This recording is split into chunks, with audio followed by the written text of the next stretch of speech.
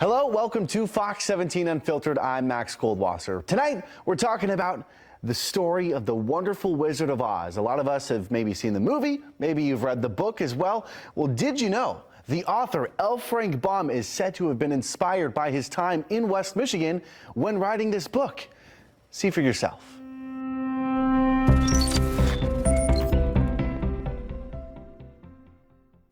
Follow the yellow brick road. An iconic line from the wonderful Wizard of Oz, one of the most famous fairy tales that has ever existed. Well, did you know the author's inspiration for the book is a bit of a fairy tale in itself, and West Michigan is the main character. We took the history, we took the exhibit, and we got everybody to pick up a book again. We got everybody to read the story again. A story that takes place in the magical land of Oz. But what if that place isn't a fantasy? What if that place is a reality, and you don't have to be swept up in a tornado to get there? No, all you have to do is go to Holland. Because you've got horticulture, you've got literature, right? You've got art, that all three of those combined just created such a nostalgia memory for so many people. All of it taking you to a not so distant world built by the imagination of L. Frank Baum, the author of The Wizard of Oz. Published in 1900 to bring joy and wonder to the children of that period and beyond. Although the yellow brick road he took to writing that book was quite curvy. Because this book is so iconic, a lot of people might think, oh, L. Frank Baum, he probably always was a fantastic author.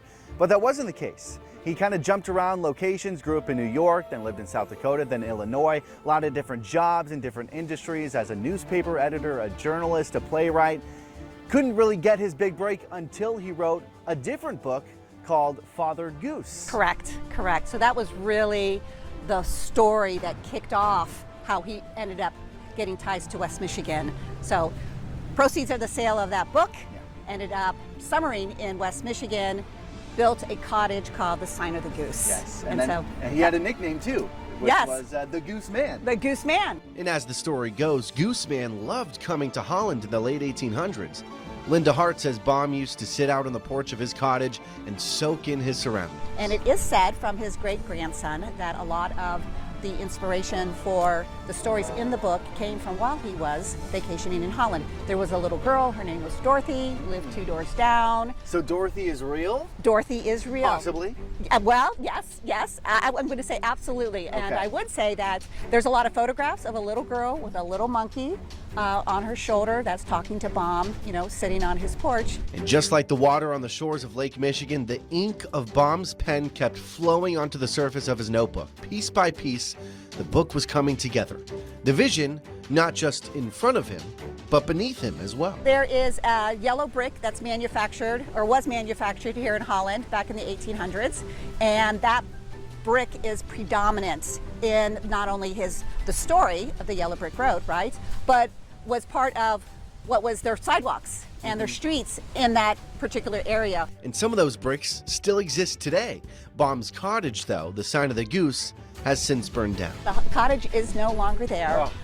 There is a castle, which is part of the whole story. It is the castle is here in West Michigan. It is a private association, so there is no access to it. The castle closed off, and the cottage crumbled. But the Holland Convention and Visitors Bureau wouldn't let this history disappear too. By introducing this exhibit to West Michigan, and specifically the community, it was a great reminder that there's a great classic story for my grandchildren to listen to or to watch on the TV. From mid-May to early October, you can find this giant rendition of the wonderful Wizard of Oz at the edge of Centennial Park. A 10 feet wide, 12 feet tall living mosaic, a growing medium made with 6,000 plants, standing tall beside a path of 10,000 yellow bricks, each one with its own story. We like to say that, the book is open, the characters stepped out of the book, they walked on the yellow brick road, and then they continued to the other side of the street where all the sculptures are. And each one of these sculptures, based on obviously the main characters, are also based on the actual renderings from Baum's book, right? They're authentic. Correct. So the illustrator, his name was W.W. Denslow.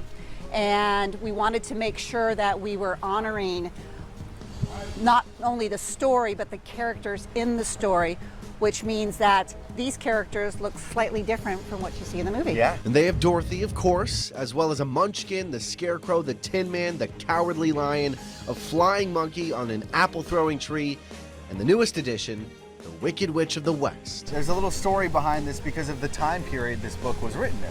Right, so the witch is very small. Yeah. I mean, very, very small, very diminutive. Not very scary. Not very scary, but she does have more of a masculine features to her. Because if you think about it, in the 1800s, if you were going to a play, all the characters were male. So the male characters played the female roles. So when Denslow was doing the rendering, was a female witch, but had that masculine look to his face. I'm jealous of the jawline, I'll tell you that. And we had her pointing. If you see, she's actually pointing at Dorothy. How cool. It is a way of, I'll get you, my pretty. And your little dog, too. Baum went on to write 13 more books set in Oz before he passed in 1919. But his story and his legacy live on in West Michigan. And when Dorothy says there's no place like home, maybe what Baum really meant to have her say, There's no place like West Michigan.